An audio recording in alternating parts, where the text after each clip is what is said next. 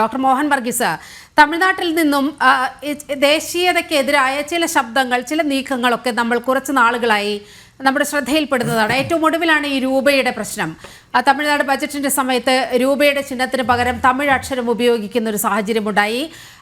രാജ്യത്ത് എല്ലായിടത്തും ഈ വിദ്യാഭ്യാസ നയം നടപ്പാക്കാൻ ശ്രമിക്കുമ്പോൾ അതിനോട് പുറംതിരിഞ്ഞു നിൽക്കുന്ന സമീപനം, തമിഴ്നാട്ടിലെ കുട്ടികൾ ഹിന്ദി പഠിക്കേണ്ടതില്ല എന്നൊരു നിലപാട് മുന്നോട്ട് വയ്ക്കുന്ന വിഷയം, ഇങ്ങനെ പല വിഷയങ്ങളിൽ നമ്മൾ കാണുകയാണ്. സ്റ്റാലിൻ ഇങ്ങനെ സനാതന ധർമ്മത്തോട് കാണിക്കുന്ന ഒരു മുഖം തിരിച്ചുള്ള ഏർപ്പാടൽ, അതൊരു അശ്ലീലമാണ് എന്നുള്ള രീതിയിൽ പോലും അദ്ദേഹത്തിൻ്റെ മകൻ സംസാരിക്കുന്ന ഒരവസ്ഥ, ഇതെല്ലാം ഏറ്റുപാടുന്ന ഇന്ത്യ മുന്നണിയിലെ ഇവിടുത്തെ നേതാക്കളടക്കം, CPM-ന്റെ നേതാക്കളടക്കം അത് ഏറ്റുപാടുന്ന ഒരു അവസ്ഥയൊക്കെ നമ്മൾ കാണുകയാണ്.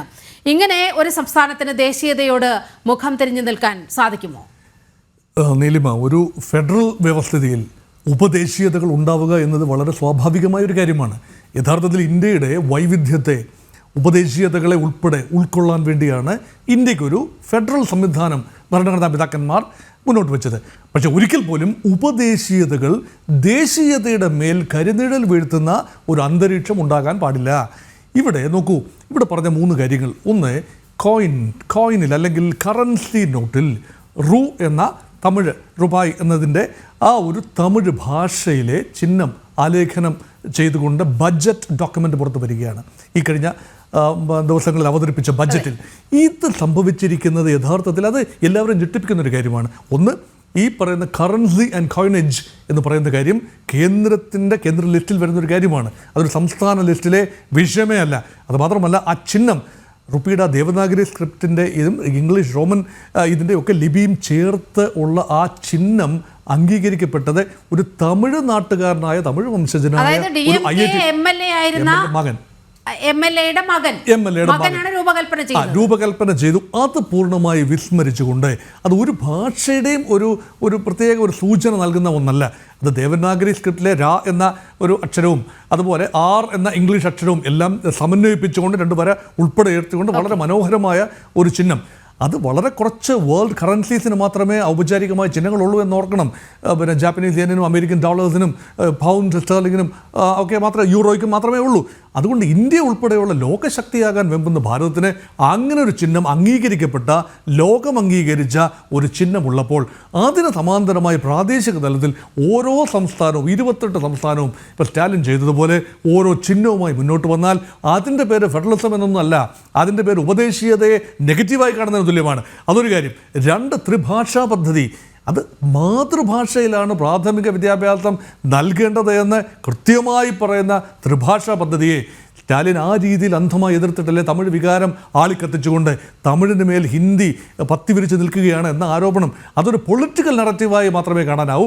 പക്ഷേ അതുകൊണ്ട് ഒരു ബാലൻസിങ് ആക്ട് അവിടെ വേണം ലാംഗ്വേജിൻ്റെ കാര്യത്തിൽ. അതുപോലെ ഈ MK സ്റ്റാലിൻ്റെ മകൻ ഉദയനിധി സ്റ്റാലിൻ കൊണ്ടുവന്ന സനാതന ധർമ്മത്തെക്കുറിച്ചുള്ള ഡിബേറ്റ്, ഞങ്ങൾ സൗത്ത് ഇന്ത്യക്കാർ ഈ സനാതന ധർമ്മത്തെ വ്യത്യസ്തമായി കാണുന്നു. ഒരു ഹിന്ദു നറേറ്റീവ് അല്ല ഞങ്ങൾക്കുള്ളത്, മറ്റൊരു നറേറ്റീവാണ്. അപ്പോൾ ദേശീയമായി അംഗീകരിക്കപ്പെടുന്ന ചില ധാരണകളിൽ നിന്നും തികച്ചും വ്യത്യസ്തമായ ചില അസ്തിത്വം തങ്ങൾക്കുണ്ട്, അത് കാത്തു സൂക്ഷിക്കും എന്ന് പറയുന്നതിന് കുഴപ്പമില്ല. പക്ഷേ അതിനുപയോഗിക്കുന്ന രൂപകങ്ങൾ, സൂചകങ്ങൾ എന്ന് പറയുന്നത് അനാരോഗ്യപരമാകുമ്പോഴാണ് ഇവിടെ ഒരു ഫെഡറൽ ഡിബേറ്റ് എന്നതിനേക്കാൾ കൂടുതൽ ഒരുതരം പ്രാദേശികവാദവും സങ്കുചിതവാദവുമായി മാറുന്നു. ആ ഒരു രീതിയിലാണോ ഈ മണ്ഡലങ്ങളുടെ പുനഃസംഘടന? എൻ്റെ അഭിപ്രായം മണ്ഡലങ്ങളുടെ പുനഃസംഘടനയെക്കുറിച്ചുള്ള വാദത്തിന് കുറേയൊക്കെ അടിസ്ഥാനമുണ്ട്. കാരണം ഇതൊരു അസ്തിത്വത്തിൻ്റെ വിഷയം മാത്രമല്ല, മറിച്ച് പവർ ഷെയറിങ്ങിൻ്റെയും ഇക്കണോമിക് റിസോഴ്സസിൻ്റെ ഷെയറിങ്ങിൻ്റെയും വിഷയമാണ്. ദക്ഷിണേന്ത്യയിലെ 5 സംസ്ഥാനങ്ങൾ, ആന്ധ്ര, തമിഴ്നാട്, കർണാടക, തെലങ്കാന, കേരളം, ഈ സംസ്ഥാനങ്ങൾ ചേർന്നാണ് ഇന്ത്യൻ GDP-യുടെ ഒരു 30% ആ ഒരു ഭാഗം നമുക്ക് തിരിച്ചു കിട്ടുന്നത്. ഇത് ക്രിയേറ്റ് ചെയ്യുന്നത് നല്ല അടിസ്ഥാനത്തിലുള്ള വ്യക്തമായ പദ്ധതികളുമായി, ക്രിയാത്മകമായ ജനസംഖ്യാ നിയന്ത്രണം ഉൾപ്പെടെയുള്ള പദ്ധതികളുമായി ദക്ഷിണേന്ത്യൻ സംസ്ഥാനങ്ങൾ മുന്നോട്ട് പോയതുകൊണ്ടാണ് അവിടെ ഒരു അന്തരീക്ഷം ഉണ്ടായതും നമ്മുടെ രാജ്യത്തിൻ്റെ വികസനത്തിന് വേണ്ടി GDP നമുക്ക് കോൺട്രിബ്യൂട്ട് ചെയ്യാൻ സാധിച്ചത്. പക്ഷേ അതിന് തത്തുല്യമായ രീതിയിൽ തിരിച്ചു കിട്ടണമെങ്കിൽ ഒരു പവർ ഷെയറിങ്ങിൽ ആവശ്യത്തിന് നമ്പേഴ്സ് ഉണ്ടാകണം ഡിസിഷൻ മേക്കിംഗ് സ്ട്രക്ചേഴ്സിൽ. അതില്ലാതെ വരുമ്പോൾ പുതിയ പുനഃസംഘടനയിൽ യഥാർത്ഥത്തിൽ ലോക്സഭയിലും രാജ്യസഭയിലും വലിയ തോതിലുള്ള ഡിസ്പാരിറ്റി ഉണ്ടാകും, നോർത്ത് വേഴ്സസ് സൗത്ത്. അപ്പോൾ ആ ഒരു നോർത്ത് വേഴ്സസ് സൗത്ത് എന്ന ഒരു നറേറ്റീവ് വരുന്നതാണ് ഇവിടെ അനാരോഗ്യപരം. ഇത് സംസ്ഥാനങ്ങളെ മാത്രം തിരിച്ചു പറയും. സൗത്ത് എന്ന് മൊത്തത്തിൽ പറഞ്ഞിട്ട് കാര്യമില്ല. സംസ്ഥാനങ്ങളെ തിരിച്ച് നേരത്തെ ഇതിലും പറഞ്ഞ പോലെ ചില പ്രത്യേക മതവിഭാഗങ്ങൾ അവർ വസിക്കുന്ന കേന്ദ്രങ്ങൾ, അത് വടക്കേ ഇന്ത്യയിലും വളരെ വലിയ തോതിലുള്ള ജനസംഖ്യാ വർധനയുണ്ട്. ഉത്തർപ്രദേശിൽ ഒരു ന്യൂനപക്ഷ സമുദായത്തിൻ്റെ മേഖലകളിൽ വലിയ തോതിലുള്ള ജനസംഖ്യാ വർധനയുണ്ട്. അത് ഉത്തർപ്രദേശിൻ്റെ മൊത്തം സീറ്റിൽ റിഫ്ലക്റ്റ് ചെയ്യും. ഇത് തന്നെയാണ് അതിൻ്റെ അവസ്ഥ. അതുകൊണ്ട് ഒരു പ്രത്യേക സംസ്ഥാനത്തെ മാത്രമായി എടുത്തു പറഞ്ഞുകൊണ്ട് ഈ ഒരു പ്രിൻസിപ്പിളിനെ അട്ടിമറിച്ചിട്ട് കാര്യമില്ല. ഞാൻ വീണ്ടും പറഞ്ഞ് അവസാനിപ്പിക്കുന്നു.